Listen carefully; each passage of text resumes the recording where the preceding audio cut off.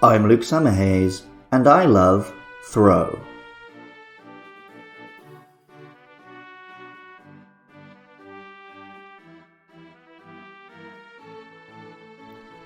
The Japanese martial art of jiu-jitsu had its origins around 500 years ago, in the age of the samurai. A training regimen designed to supplement the warfare skills which warriors spent years honing. It incorporated throws, holds, strikes, and even weapon techniques. In more recent years, it has been surpassed, and in many ways replaced, by judo, a new discipline which was born as Japan was modernizing, and interest in sword and musket techniques began to seem obsolete. It eschewed striking and weapons to focus entirely on throws and holds, using the momentum of opponents against them.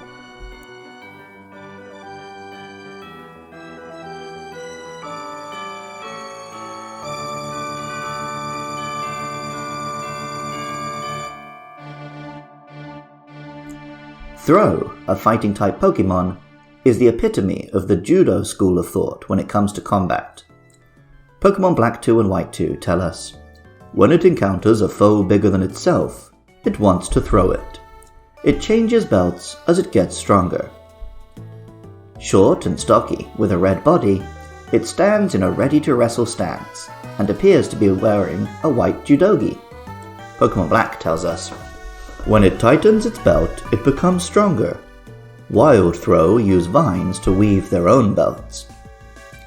Pokémon White tells us, when they encounter foes bigger than themselves, they try to throw them. They always travel in packs of 5. And similarly, Pokémon Shield says, they train in groups of 5. Any member that can't keep up well will discard its belt and leave the group. 5 is an important number in judo. There are 5 forms and 5 principles, and the founder trained jiu-jitsu as one of 5 students of his master. Competitively, Through's bulk and attacking power could have made it a useful monster, and some players did well by using its ability Guts, which increases attack even further if Through is burned or hit with another status. Alas, another Pokémon with even better bulk and attack, Conkeldurr, was introduced in the very same game.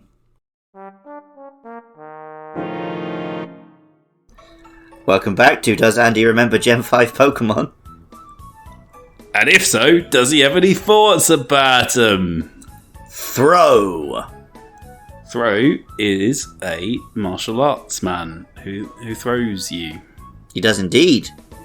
Yep. He looks a bit like... He's a bit red. He looks a bit like the ever-loving blue-eyed thing. Does a bit, yeah. I mean, you know, hasn't got the blue eyes. No. And but he's wearing a top. Which the thing has occasionally worn a top. Only when he's in disguise on the streets. He wore a suit to Reed and Sue's wedding. Yeah, that's disguise, isn't it, basically? I mean, I realise, of course. Do you consider being at a wedding being in disguise? Well, you know, it's on display to the public, isn't it? Is that the opposite of being in disguise?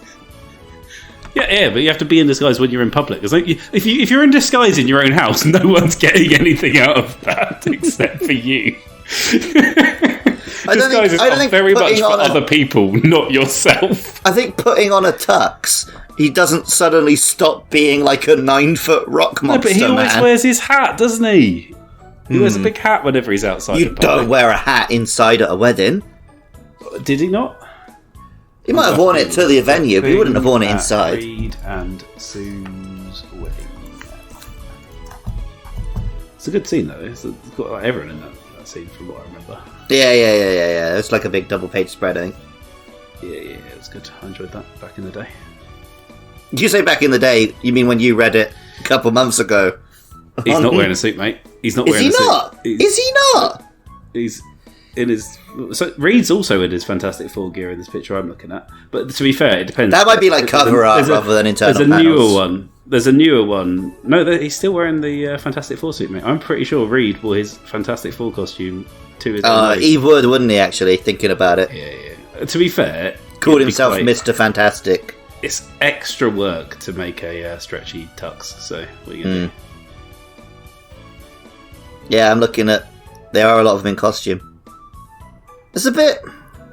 It is a superhero wedding, mate. Oh, okay. In the film, they all wore suits, including the Thing. But yeah, they're all at the wedding in costume.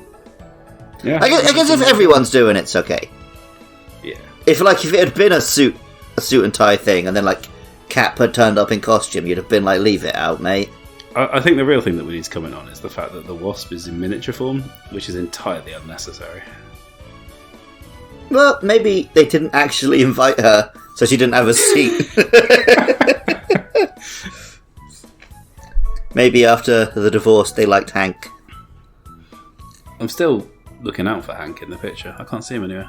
Oh, maybe they didn't. Maybe they didn't like Hank after the divorce then, which is the more appropriate response, as I understand it. Yeah, let's go with that. The name, Throh, is fairly self-explanatory, as this is a Pokémon which uses throwing techniques, and turns opponents' strength against them. The Japanese name is Nageki, which takes the Japanese for throw, Nagaru, and adds ki, meaning demon. Throh has red skin, and its solid black eyebrow is almost a horn. Apparently, at one point in development, it literally was an Oni-like horn, but it was removed to distinguish these Pokémon from an even more Oni-like duo we'll talk about later. Throh has no evolutions, nor even a Tyrogue-like pre-evolution to link it to Sork.